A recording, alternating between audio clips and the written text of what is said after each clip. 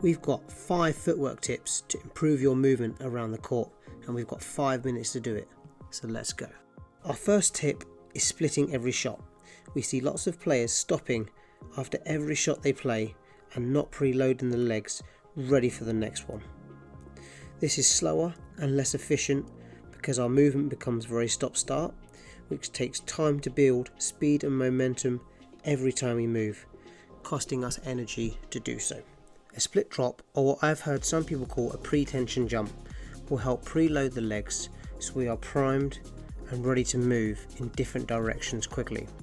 This will help us better link our shots together and be quicker and save energy in the process.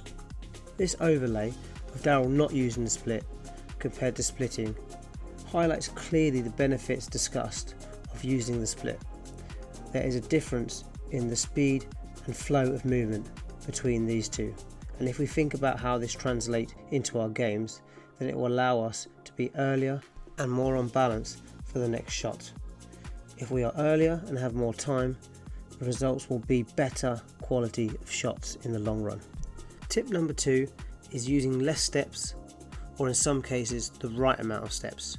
Common mistakes we see are players using too many steps, which when we move looks like we are rushing. This not only takes more energy and is a less efficient way to move, but it can make us later to the shuttle. Although it can feel like we are moving fast, it's often difficult to fit so many steps in a short amount of time. The other mistake is too few steps.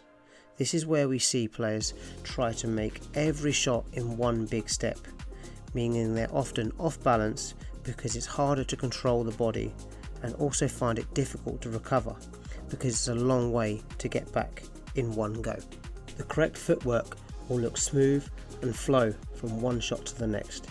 If we take a look at some of the top players in the world and how they move, we won't see them take any extra steps.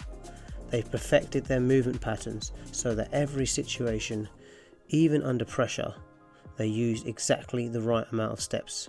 So practice your footwork patterns lots of times until it's muscle memory.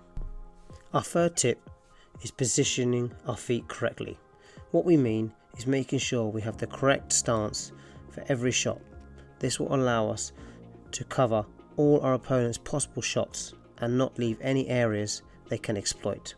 We have 4 stances we can use. 1 is the return of serve stance with our non-racket leg in front and more towards a side-on position. This allows us to move forward and backwards quickly to cover the low and flick serve.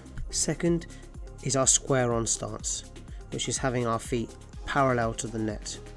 This we should use when our opponent is able to attack. This position allows us to move sideways quickly to cover the hardest shot, which is the smash. Shots to the corner we have more time to retrieve. Also, the same for doubles, where we have the racket leg slightly back. This is a more advanced way to do it and makes it easier for us to defend all smashes around the body, leaving no holes in our defence. The third stance is having the racket leg in front, which is used when we are on the attack and our opponent can only hit upwards. This position sets us up to move to the net quickly, but allows us for a strong push off and turn to get back and cover the rear court as well. In this scenario, it's the best stance because we only need to move forward and backward and not sideways. 4 is the non-racket leg in front.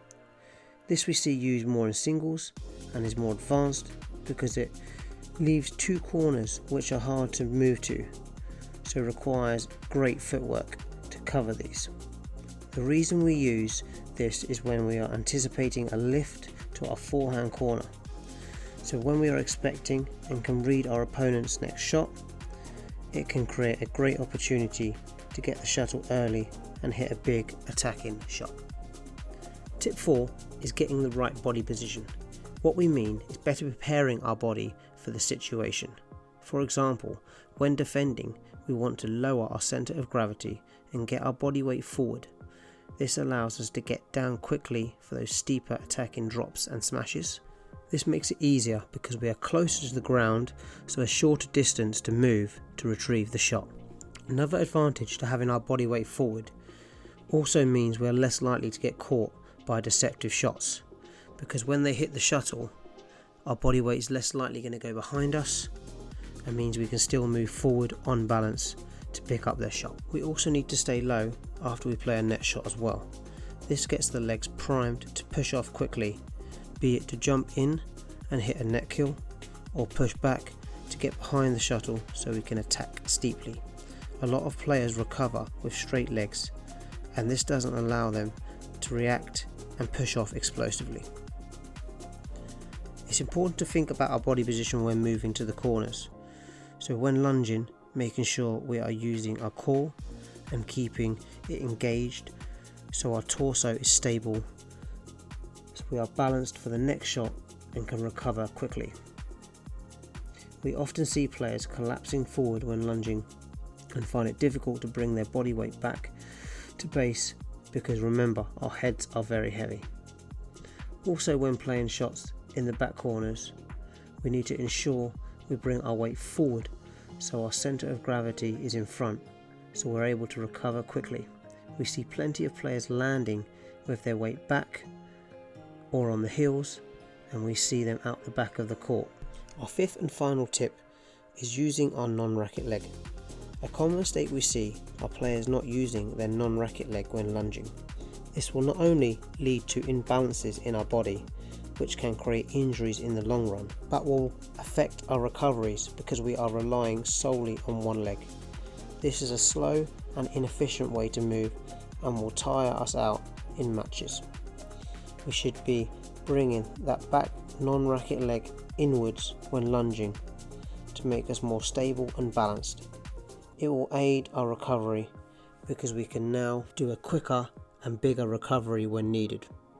Take a look at these two videos overlaid and you can see how one is very laboured and the other much smoother. So much for 5 tips in 5 minutes, but we gave it a go. If you practice these 5 tips over and over until they become muscle memory, you'll find you use them in matches without even realising, and they'll become second nature and you'll be flying around the court. If you want to make sure you're standing in the correct position when you play, then check out these 4 stances in badminton so you never get caught out.